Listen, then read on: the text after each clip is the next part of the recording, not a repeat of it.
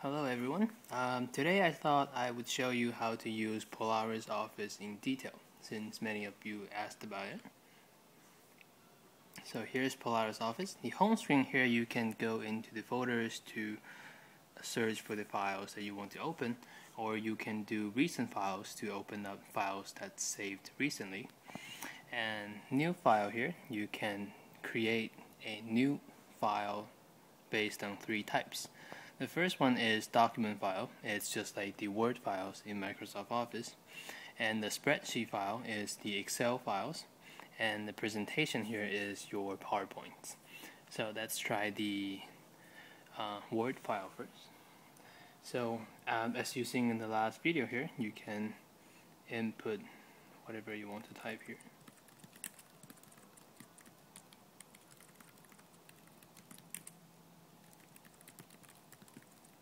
Let's just type multiple lines here so I can show you how the tools up here work.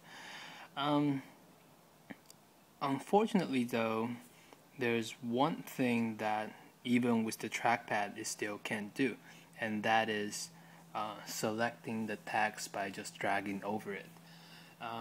But you do have a nice alternative. That's to double click on the text, and then you will get this left and right bar here, and then you can use it to select the text you want to modify.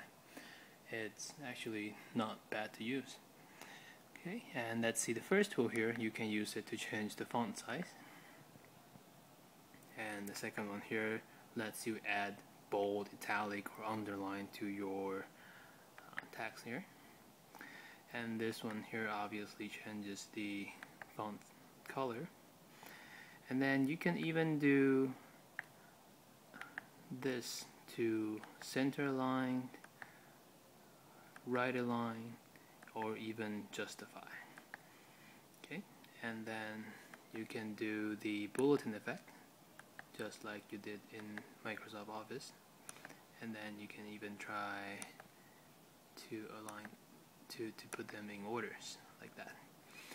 Okay, this here increase your indentation depending on what kind of files you're typing. And then this right here, increase and decrease the spacing between each line. So it's very easy to create a double space school format paper. Okay, and this here, I'm not too sure what it does, but I think it just lets you see the whole page without the border thing. But I much more prefer the border, so I see what my final paper will look like when it's printed. Okay, and then this here, you can add an image, or you can add pictures you take from your camera. You can add hyperlink, bookmark, or even tables. So let's just try adding a image here. Gallery to open it, so you know exactly what you open. So once the picture is in here, you can click it once and then you can drag it to wherever you want to put it. You can change the size by moving the bottom right corner, and then let's move it to place. Looks better. Okay, and then you can also do a simple geometric shape like that. Okay, and that's about all the tools you can use in the the Polaris Office. Honestly, that's more than enough for most people need to produce a school paper. Okay, and let's jump out from the Word and open a spreadsheet file. Okay, so the spreadsheet file here, what you can do is, let's try inputting a table here first. Apple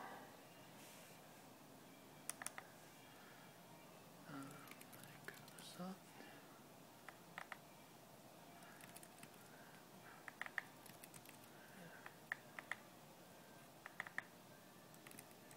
revenue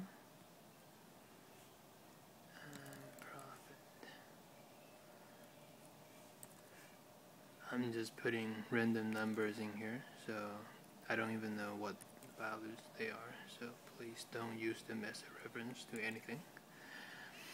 Okay, so now we have a nice little table here. Again, you can use the font size changing tool or all these just like you did in Words. And what most people do with spreadsheets is to use it to produce graphs. So in order to do that, we just have to select our table and then do the graph tool. Say we want a bar tool.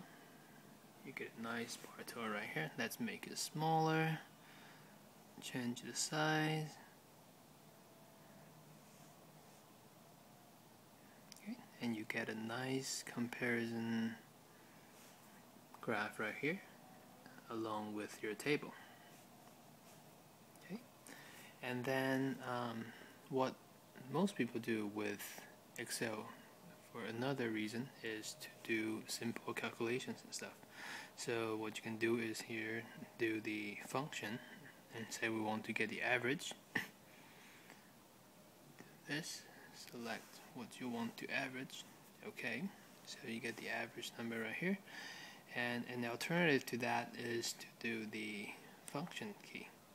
Say we want to get the sum. Again, we go to here, select it. Okay, and you get the sum, and that's by adding up the two values. Okay, and obviously you can do filling the cell with the color of your need, and then you can also add the borders like that. Okay, once you're done, you can go to the read mode just to see exactly how your spreadsheet look like. Pretty nice and easy. Okay, last but not